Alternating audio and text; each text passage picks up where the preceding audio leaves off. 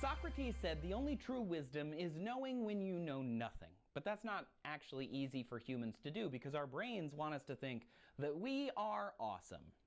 In 1995, MacArthur Wheeler walked into a bank in Pittsburgh ready to rob it. He didn't wear a mask, he didn't have like a fake mustache, he was just there robbing a bank in full view of everyone. He even smiled at the security cameras before leaving and going to a second bank to rob that one too. Later that night, the security footage allowed the police to pick him up and take him off to jail, which shocked him. He was shook. "I wore the juice," he famously exclaimed. Wheeler believed that rubbing lemon juice on his skin would render him invisible to videotape cameras. This is a cognitive bias at work, and it inspired two psychologists to create some experiments to understand it better. Cognitive biases are everywhere. Have you ever met someone who has one, like perhaps during a group project at school or during an argument with a stubborn uncle or when you had to toil alongside that coworker? You know the one I'm talking about. Somebody who believed they knew things but really they didn't. Believing you know something you don't is called the Dunning-Kruger effect. It's named for the two psychologists who, upon hearing about Wheeler's bank robberies, formulated a set of experiments to determine if Wheeler's juice beliefs were due to some kind of cognitive bias. Cognitive biases allow us to convince ourselves that something is true, even if the reality is different. Cognitive biases protect us from reality. They let us process information more quickly and they help us make decisions more quickly, but that doesn't mean that they are good. Cognitive biases are essentially a subjective social reality. The Dunning-Kruger effect is, in a nutshell, a way for everyone to feel good and above average internally, because most of us are actually completely average. Dunning-Kruger can help explain why people feel that they're experts even though they know very little about something, a problem sometimes described by this graph. The vertical axis is confidence, and the horizontal is experience. Imagine someone spent an hour reading the Wikipedia page about global warming, then took to Twitter to try and school some climate scientists who have literally spent their lives studying it. You don't have to imagine this, because you know it. It happens all the time. This cognitive bias is extremely common. For example, a 1992 survey of the engineers at one company found that 42% of them, 42%, believed they were in the top 5% of all the engineers at the company. But that's not actually possible. 42 cannot be 5. Another example is driving. One study found most people believe that they are above average at driving. But most people cannot be above the average. Another survey of people aged 77 years and older jived with that as well, most assuming they were average or above average. But again, that's not actually possible. Most people have to be average because that's how statistics work.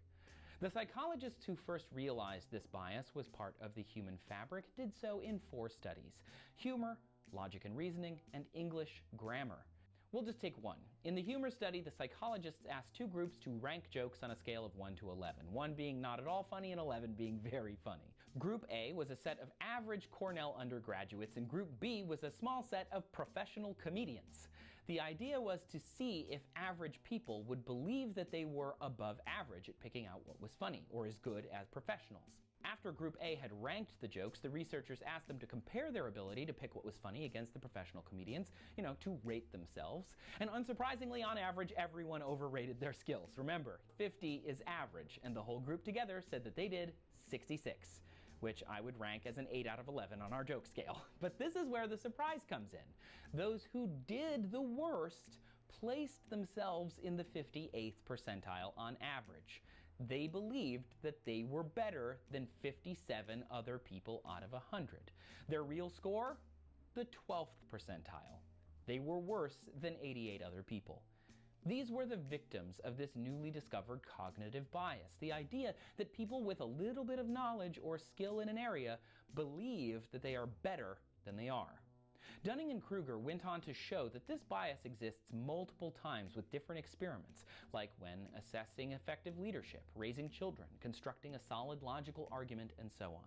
Generally, in each study, the participants in the bottom 25% of scores consistently ranked themselves in the 70th percentile. It is worth pointing out that self-confidence is extremely important. Self-esteem is valuable. We should all feel good about ourselves. That said, we should also have a good assessment of what we're good at and what we are not good at. For example, I'm pretty good at making science videos. I am not very good at kung fu, farming, or financial policy. It's easy to dismiss Dunning-Kruger as just overinflated ego, but that's not actually what's happening. Even ego can see its own limits, and there are some serious examples of people not even realizing their own failures thanks to this bias. These experiments work not just in humor, logical reasoning, and rules of grammar, but also have been replicated in math skills, wine tasting, chess, firearm safety among hunters, and medical knowledge among surgeons. And that's where things get really serious. A 74-year-old woman awoke from a simple spinal fusion surgery in terrible pain because her surgeon believed himself to be one of the best around. Instead, he's now in prison for life. He's accused of maiming multiple patients and causing 2 deaths. Meanwhile, he claimed, quote, everybody's doing it wrong, and that he was, quote, the best in the whole state. It's pretty amazing that it took us so long to give Dunning-Kruger a name because it is everywhere. The more we look for it, the more we see it. That said, Dunning-Kruger doesn't apply to everything, namely in areas where it's easy to compare. Baking, for example. If you assume you're an amazing baker, then you bake a cake and it's inedible, it's pretty hard to deny that you're a terrible baker. One paper I read said that most people who play golf don't believe that they are as good as Tiger Woods when surveyed, but I would guess if we asked, they would still rate themselves above average. Because an online survey of over 1,700 average adults in Great Britain found that 1 in 8 men believed that they could score a point against Serena Williams, the woman ranked #1 in tennis for more than 6 years. That said, it's very important to point out the Dunning-Kruger effect is gender neutral. It applies to us all. Interestingly though, Dunning-Kruger found the people at the top don't overestimate themselves. In fact, quite the opposite. Dunning-Kruger found the best around tend to rank themselves below their actual performance. Yeah, DK has 2 parts. People in the bottom 25% rank themselves at near the top, and people in the top 25 tend to rank themselves a bit lower than their actual score. This can help us understand why it is hard to counter Dunning-Kruger. In order to know you don't know anything, you gotta have to know something. An example, if your cognitive bias has you assume that you're amazing at driving, but you only drive in, say, rural areas of the desert Southwest, how would you ever find out that you're bad at it?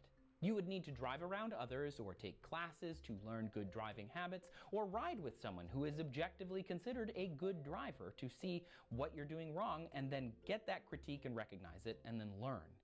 You think many of those people who believe they're good drivers are going to do those things? Yeah, I didn't think so either. In a bit of follow-up research, Dunning has found people who are low performers in reality are not good at accepting criticism and often don't show interest in self-improvement. He told Forbes, quote, research subjects were willing to criticize their own previous poor skills once they were trained up and could see the difference between their previous poor performance and their new and improved performance. But to get them to train up on their own was very unlikely. If we never change the knowledge that we assume we have, then we can just keep on going thinking we're amazing. Who doesn't want to do that? Even if we're not. Yay, cognitive biases. In the end, Dunning-Kruger is a cognitive bias that can affect anyone and everyone. If you're actually above average at any task, you might be undervaluing yourself. And if you're average or below average at some other tasks, you're probably assuming you're pretty good.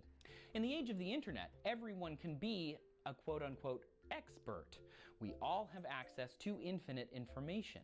Our minds are drawn to learn a little bit about a lot of things.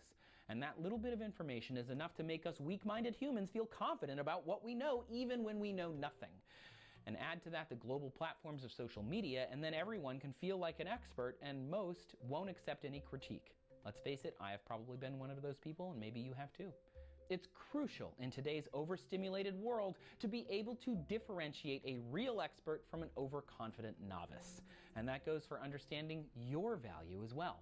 The key is know your talent, understand your pitfalls, take criticism, and keep on learning.